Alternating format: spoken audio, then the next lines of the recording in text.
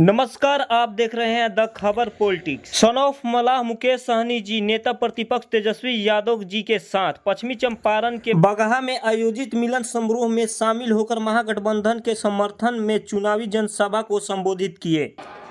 महागठबंधन के सभी मंच पर उपस्थित नेतागण, इस सभा में उपस्थित बड़े संख्या में युवा साथी, सम्मानित गार्जियन, सभी को सन ऑफ मलाह मुकेश सहनी की ओर से नमस्कार, प्रणाम।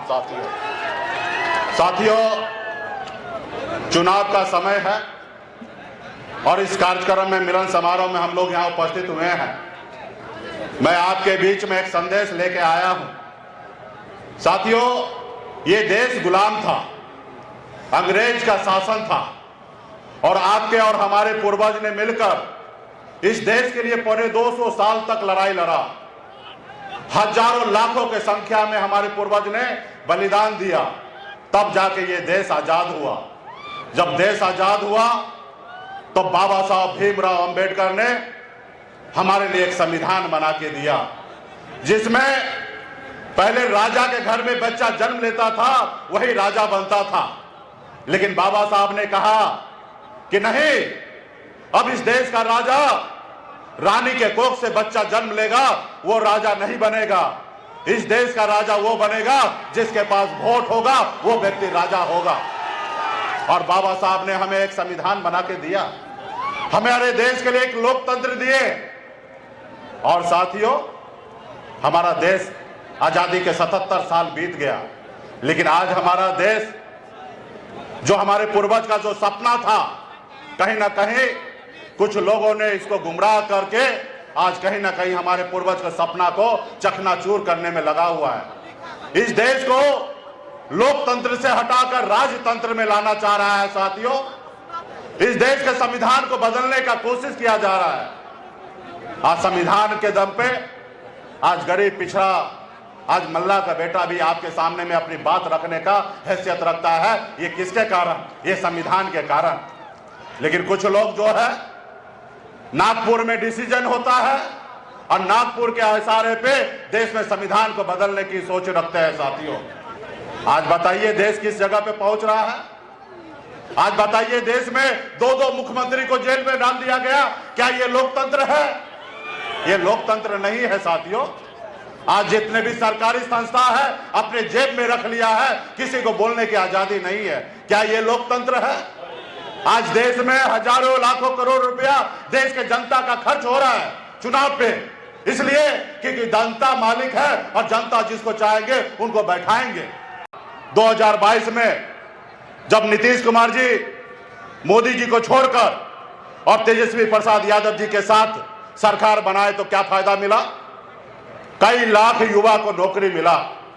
सामाजिक न्याय मजबूत होने के लिए जातिगत जनगणना हुआ और जातिगत जनगणना हुआ तो पिछड़ा, ओबीसी, तमाम दलित भाई सबका आरक्षण का दायरा बढ़ा।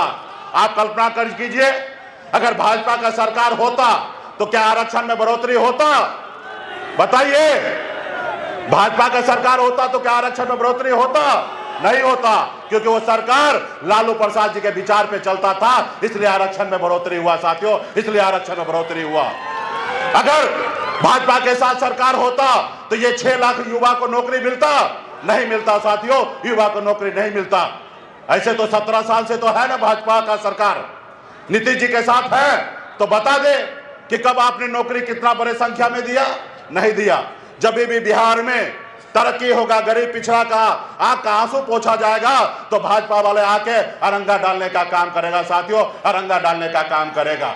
इसलिए हम लोगों को भाजपा को बिहार से बाहर रखना है। साथियों, आज भाजपा मजबूत होता है तो नागपुर मजबूत होता है, गुजरात मजबूत होता है, लेकिन बिहार वहीं का वहीं रहता है। हम सब का कर्तव्य बनता है कि हम लोग एक साथ होकर मजबूती से हम अपने बिहार के बारे में सोचेंगे। और हमने तो निर्णय ले लिया है कि आने वाला समय में, अभी तो हम मजबूती से 40 के 40 सीट जीतेंगे और आने वाला समय में श्री तेजस्वी प्रसाद यादव जी के नेतृत्व में अपना सरकार बनाएंगे। साथियों, और बिहार में जो नौकरी देने का सिलसिला चालू हुआ था, वो आने वाला समय में उससे भी बड़े संख्या में नौकरी हम लोग मिलकर देने का काम करेंगे। साथियों, इसलिए साथियों, इस चंपारण के धरती पर 3 लोकसभा सीट है।